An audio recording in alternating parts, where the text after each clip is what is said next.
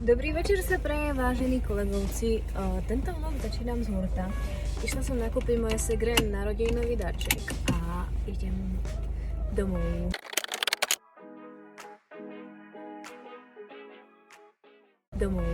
Chcela som vám to natočiť, pretože why not? A využívam túto feature úžasnú na iPhone, kde proste môžem rozprávať do telefónu a budem ma to natáčať pozdĺžne. Ja sa vám ozviem doma.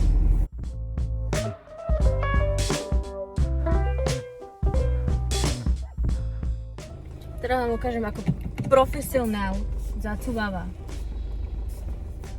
My máme dosť na hovno pri bytovke také parkoviská. Oni sú že dosť tenké, takže vy si musíte dávať strašný pozor, aby ste neoškreli žiadne auto. Bo ako na pána. Ešte sa vyrovnám, aby mohli henty dvaja vyjsť úplne v pohode.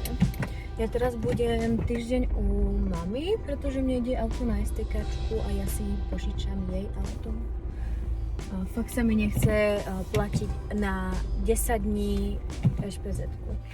Ja už som na byte a vravím vám, že fakt neviem, čo všetko si chcem zobrať. Takže musím myslieť, lebo zajtra cestujem do Banskej Bystrice za kamoškou. Takže nech to mám premyslené a nemám všetko, čo potrebujem, lebo mňa porazí. Takže teraz idem rozmýšľať, čo všetko potrebujem zabaliť. No, už cestujem s posádkou domov, aj s nákupom a so všetkým. Takže tak zabalila som si dosť veľa vecí, keby dačo, tak sa ešte z práce zastavím na byte. Každopádne si myslím, že to zatiaľ bude stačiť. Nejaký update k môjmu životu. Chcem sa iba vyjadriť k tomu, že ja sa budem zase sťahovať domov. Predovšetkým k vám všetkým je dobré, keď si skúsite bývať sami. Má to veľmi dobrý rozvojový charakter voči vám a no, treba si to vyskúšať. Byť samostatný viac, akože ja som bola vždycky samostatná jednotka, o tom potom, ale myslím takéto, že bývať sám, byť so sebou sám, so svojimi myšlienkami, chvíľku cítiť to, aké je to byť naplno zodpovedný, pretože pochybujem, že sme všetci naplno zodpovední, keď máme niekoho, na koho vieme, že sa môžeme spoľahnúť, keby náhodou na nás spadli fúriky. Ja mám pocit, že je pre mňa treba sa odsťahovať z toho bytu, pretože som sa do ňoho nasťahovala v období, kedy som mala jedno z najhorších období v mojom živote vôbec a týka sa to mojej bývalej práce a teraz som vlastne v novej práci, kde tu časovo, hodinovo a hlavne platovo je absolútne úžasné, takže sa nemusím báť, že mi len tak zavolajú o 9 ráno, že Tinka hýbaj do roboty a to som potrebovala som niečo, čo je stále, čo ma nebude stále komandovať a nebudem stále každý deň v robote a budem mať zaslúžené voľno, ktoré potrebujem, že dá sa. Každopádne je to také pre mňa, už mám túto myšlienku nejaký mesiac v kuse, úprimne sa priznám, že z toho bytu potrebujem ísť preč, pretože mám pocit, že tam je strašne dusno pre mňa, že každú chvíľu, keď tam idem, tak na mňa začne naliehať to, čo som zažila počas toho, čo som tam bývala prvé 3 mesiace. A nie je to dobré. Nie je to dobré na psychiku, pretože prvé 3 mesiace som mala naozaj ťažké kvôli mojej bývalej práce. To, ako takým spôsobom som sa potrebovala vysporiadať s tým. Myslím si, že teraz som zo všetkého asi najviac vyliečená a myslím si, že viem, že sa mi nič v práci nezmení na to, aby som musela absolvovať zase takéto veci.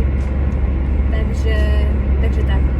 Takže pomaly si budem dávať veci naspäť domov a update, mám prerobenú celú izbu znova. Tu vám potom ukážem room tour. S mojou izbou som najviac spokojná, presne takto som si ju vysnívala, keď som mala 14 a vedieť, že Tinka 22 ročná si ju dokázala už konečne zariadiť so všetkým nábytkom tak ako chcela, tak ako si to vysnívala. je pre mňa to najkrajšie, čo som pre seba mohla urobiť.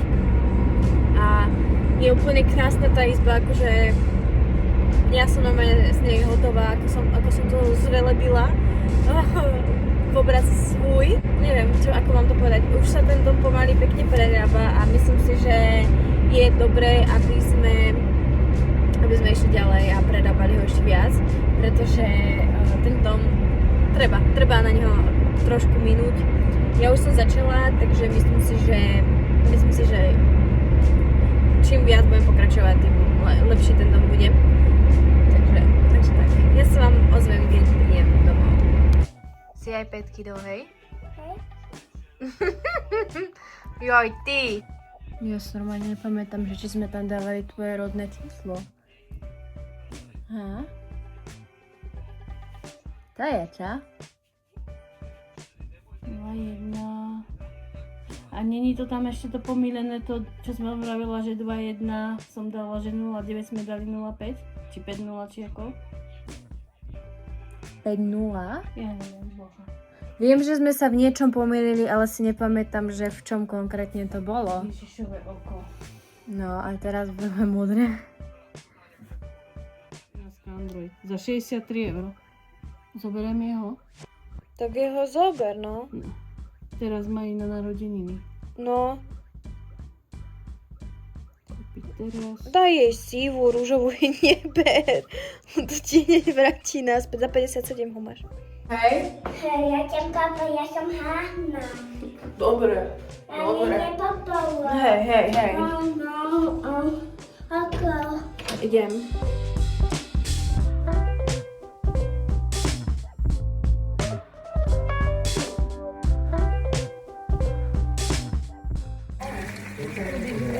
Počkaj, to bude na počkaj.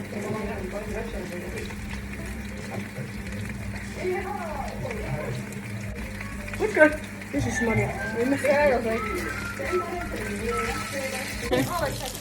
toto dnesko sa spálilo. Ja už som doma, vypadám fucking insane. Ale užila som si to, mal som taký fakt dobrý víkend a myslím si, že to bude všetko. Už idem iba sa hrať na tablete, aj na iPade a asi si zapnem na chvíľku Star Stable a zajtra stávam do práce, takže ja sa s vami učím, užívajte života. Bye bye.